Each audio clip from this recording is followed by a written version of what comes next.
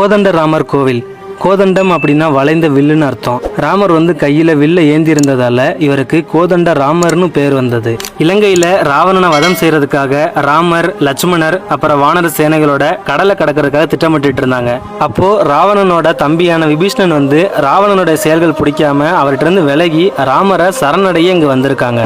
விபீஷ்ணன் ராமரை சரணடைஞ்சதும் லட்சுமணன் மூலமா கடல் நீரை கொண்டு விபீஷ்ணனுக்கு இலங்கை மன்னரா ராமர் முடிச்சிட்டு விழா நடத்தினாரு. இந்த வரலாற்று நிகழ்வு நடந்த இந்த இடம் தான் கோதண்டராமர் கோவில். கோவிலோட சிறப்பம்சம்னு பாக்குறப்ப கருவறையில ராமர், சீதை, லட்சுமணன் எல்லாரும் இருப்பாங்க.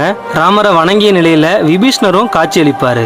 1964 தனுஷ்கோடியில வந்த பெரிய புயல்ல தனுஷ்கோடி நகரமே அழிஞ்சது. ஆனா கடலுக்கு நடுவுல ஒரு மேட்டில் அமைஞ்சிருந்த இந்த கோதண்டராமர் கோவில் எந்த ஒரு பாதிப்புக்கும் உள்ளாகாம தப்பிச்சது ஒரு அதிசயமாவே கருதப்படுது.